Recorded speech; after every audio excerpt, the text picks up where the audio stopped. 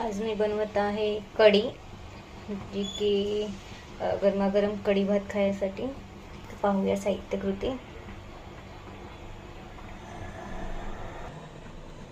मी यामध्ये बेसन घेतलेलं आहे, छोटा चम्मच, 4-5 मिरची हिरव्या, कोथिंबीर 2-3 कांडी आणि बेसन आणि दही जो मी घरीच लावलेला आहे, विरजण केले. पाहतात घट्ट झालेला आहे, तर हा पण घेत आहे वाटण करायसाठी. तर यामध्ये मी चिमूटभर साखर घेतलेली आहे, आंबटपणा कमी होण्यासाठी, आंबट गोड अशी. तर हे मी मिक्सरला लावून घेते. यामध्ये अर्धा छोटा चम्मच हळद घालून एकजीव करून घेते मिक्सरला. तर हे वाटण झालेलं आहे, दही एकजीव करून घेतलेलं आहे मिक्सरला. तर आता मी पातेल्याचे टोप गरम करायला ठेवलेलं आहे.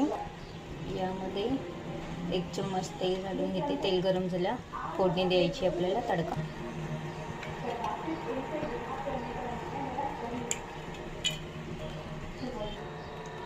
तेल गरम झालेलं आहे. यामध्ये मी फोडणी देते.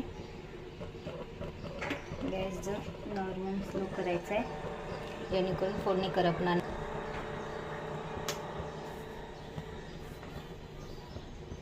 मोहरी मस्त तडतडत आहे, जिरा, कढीपत्ता व हिंग.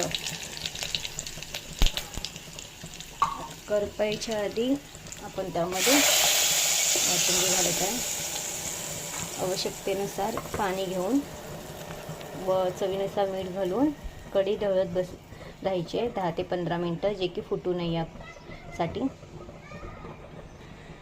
तर यामध्ये मी आणखी थोडे हळद घालत आहे कलरसाठी आणि चवीनुसार मीठ घालून घेते. नॉर्मल पातळ केली मी.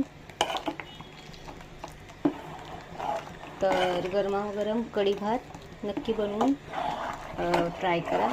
कसं वाटलं कमेंट्स बॉक्समध्ये कमेंट करा. शिजून झाली, उकळी येऊन झाली की त्यामध्ये बारीक चिरलेली कोथिंबीर गार्निशिंग करणार आहे. पाहतात कढीपत्ता सुद्धा मस्त कलरमध्ये आलेला आहे फोडणीमध्ये.